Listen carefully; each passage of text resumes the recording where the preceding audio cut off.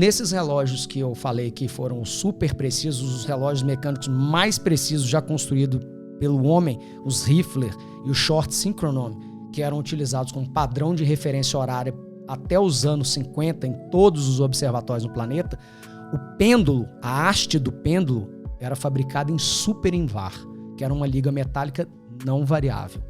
Esse foi o calcanhar de Aquiles quando se iniciou a relojoaria de precisão em pêndulo.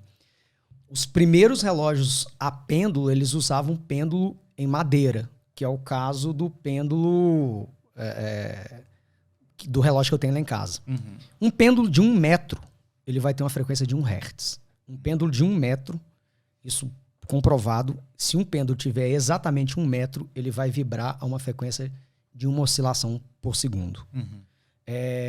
O problema é que um pêndulo de madeira ele absorve umidade. Então ele aumenta de tamanho no período de chuva. Um pêndulo de madeira ele seca no período de seca, ele diminui de tamanho. Um pêndulo de madeira ele varia também com a variação de temperatura. Ele aumenta com o aumento de temperatura, diminui com a diminuição de temperatura. Olha. Para que essa discussão não fique longa. Eu citei que Charles Edward Guillaume ele havia criado ligas metálicas não variáveis e por isso ganhou o prêmio Nobel. 2 ligas metálicas foram criadas por ele, chamada INVAR, de invariável, e ELINVAR, de elasticidade invariável. Ele criou os dois? Ele criou por quê? Porque para a gente ter um padrão de metro, até o final do século XIX e início do século XX, se usava uma barra de irídio.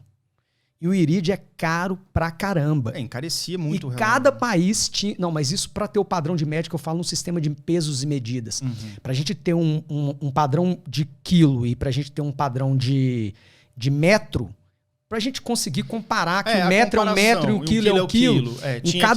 Em cada birô de medida existia um peso em irídio, uma barra de metro em irídio, que é um metal precioso caríssimo.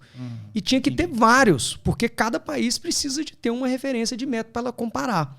E o Charles Edward Guillaume ele pensou, peraí, será que eu consigo criar uma liga metálica que não seja cara e que consiga ter o mesmo... porque a gente tem a referência de expansão, né? De expansão. E ele criou, que se chama INVAR. Então, nesses relógios que eu falei que foram super precisos, os relógios mecânicos mais precisos já construídos pelo homem, os Riffler e o Short Synchronome, que eram utilizados como padrão de referência horária até os anos 50 em todos os observatórios no planeta, o pêndulo, a haste do pêndulo, era fabricada em super-invar, que era uma liga metálica não variável. Então, caramba, bicho. O troço é complicado. Ou seja, bicho. Teve um padrão mesmo, em vez de ser o irídio, que era muito caro, mas conseguiu se substituir por uma liga que era igualmente precisa e ela não varia com a variação de temperatura, não se expande, não se contrai. E isso teve uma aplicação não só no âmbito da relojoaria e não só da metrologia, mas também no âmbito de física, construção de componentes que até hoje precisam de ligas metálicas que não podem sofrer alteração de comprimento com a variação de temperatura. Então a pergunta dele tem tudo a ver. E não só no relógio. Voltando aqui, eu gosto de pegar um relógio que pode ver atrás. O pêndulo, ele existe dentro do relógio mecânico. Qual que é o nome desse relógio para ver se a gente encontra esse uma foto? Ele tem no meu Instagram também, é um Zenith Elite. Então calma aí, que eu vou mandar para o Marcos para ele poder, para o pessoal enxergar também. Ele mostra vai ter... qual que é a foto. Aí o relógio que eu estou mostrando é esse aqui. E vou mandar para ele.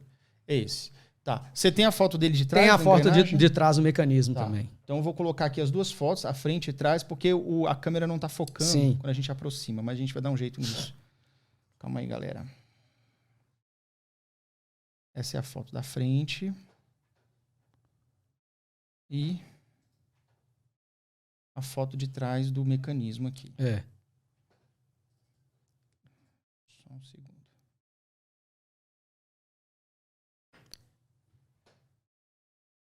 E o que acontece é o seguinte, já explicando. O relógio de pulso mecânico, ele tem o pêndulo do mesmo modo que o relógio de pedestal tem. O que marca a hora num relógio de pedestal é o vai e vem de um pêndulo. Esse é o Zenith Elite, para quem está enxergando. É um Zenith Elite. Com a foto ampliada.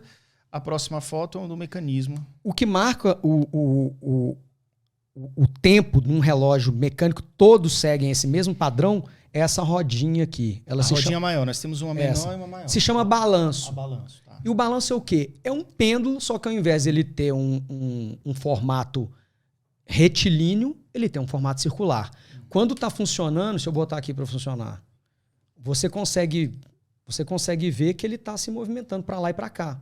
Ele está fazendo exatamente a mesma coisa que um pêndulo está fazendo, indo para lá e para cá e através disso marcando o tempo. Aí não é vácuo, obviamente. Não, mas essa liga metálica que ela é uma evolução do Invar, ela se chama Glucidur. É uma liga de berílio bronze invariável, quer dizer, quase invariável. Quase invariável, não tem perfeito. Ela sofre pouca influência da temperatura. Antigamente os balanços eram feitos em aço e o aço ele sofre muita influência da temperatura.